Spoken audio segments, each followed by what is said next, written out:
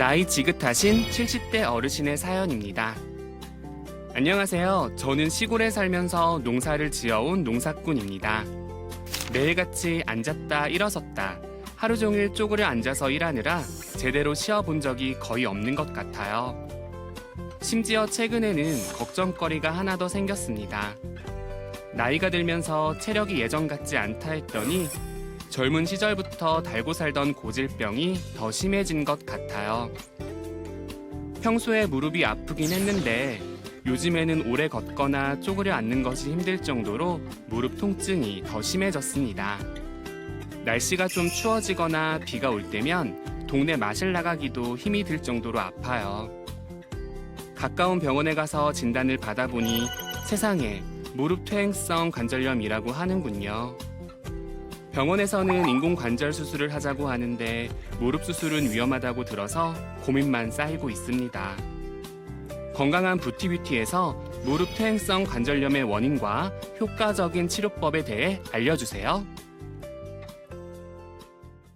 네, 건강하게 100세까지 건강 정보를 전해드립니다. 네, 건강한 부티뷰티 오늘은요 무릎 퇴행성 관절염에 대해 알아보도록 하겠습니다. 네, 정형외과 박경진 원장님 모셨거든요. 인사 나눠볼게요. 어서 오세요. 안녕하세요. 안녕하세요, 원장님. 네. 반갑습니다. 반갑습니다. 네, 무릎 퇴행성 관절염 어떤 건지 좀 설명 부탁드립니다, 원장님. 네, 무릎 퇴행성 관절염은 관절을 보호하고 있는 연골이 나이가 드시면서 닳아서 없어지게 되기 때문에 관절 간격이 좁아지고 통증을 일으키는 그런 질환입니다. 사진을 보시면은 정상에 비해서 퇴행성 관절염이 있는 환자에서 다리의 연골 간격이 좁아져 있고 그다음에 다리가 안쪽으로 휘어 있는 걸 볼 수 있습니다. 네. 확실히 그 왼쪽이 살짝 휘어진 느낌이 보이긴 하더라고요. 네, 맞아요. 네, 그러면 관절을 이루는 그 뼈와 인대에 생기는 그 질환인 만큼 뭔가 이 증상도 몸 전체에 나타날 수 있겠다라는 생각이 드는데 주로 어떤 증상이 나타날까요? 네, 가장 흔한 증상은 무릎 관절의 통증이고요. 네.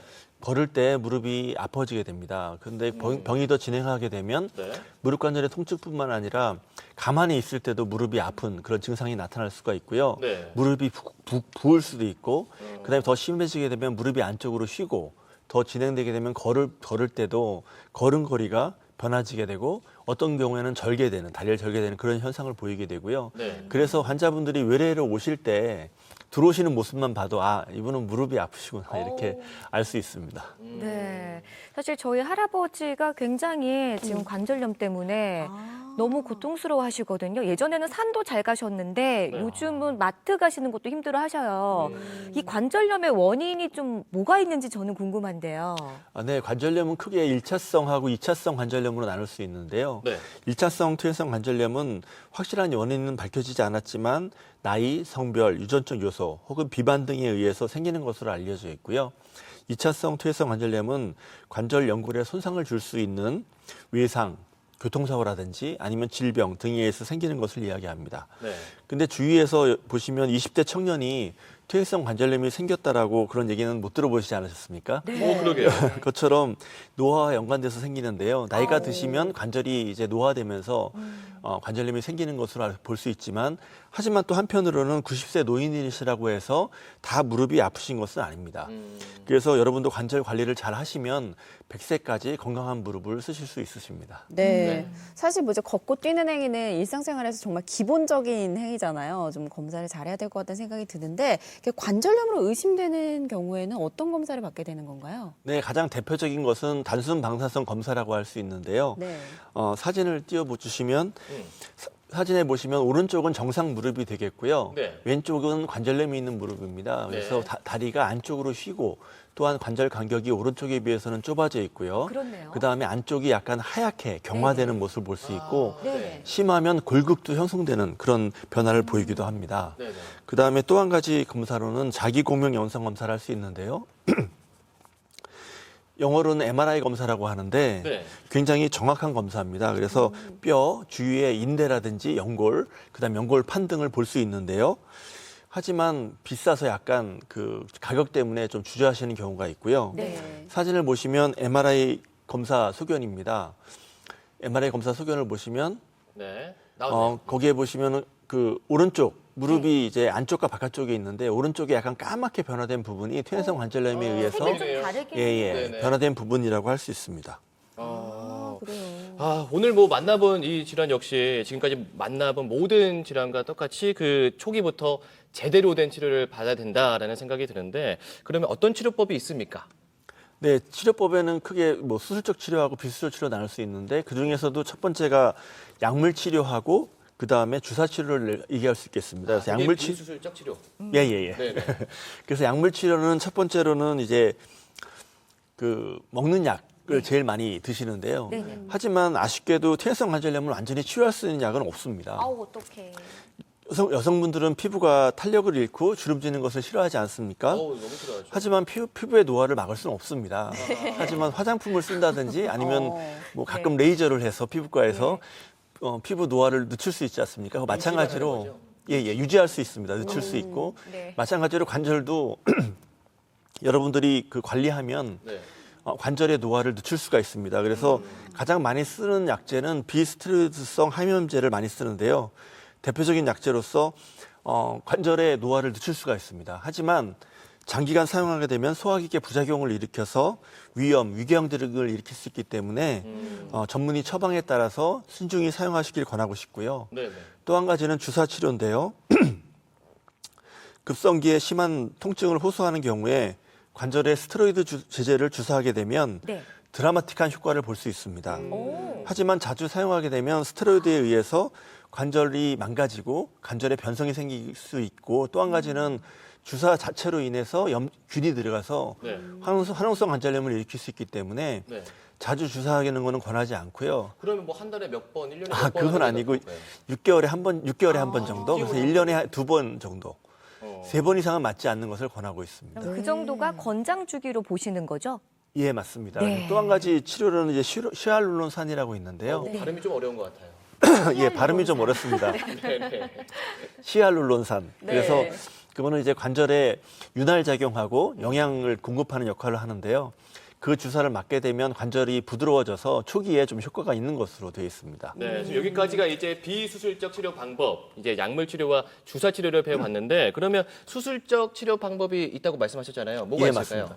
가장 대표적인 수술로는 절골술하고 그다음에 인공관절 치환술을 얘기할 수 있는데요. 네, 네. 절골술 같은 경우에는 일반적으로 퇴행성 관절염이 중등도 이하이고 무릎이 안쪽으로 많이 휘어 있는 5도 이상 휘어 있는 경우에 시행할 수 있는데요. 네. 사진을 보시면은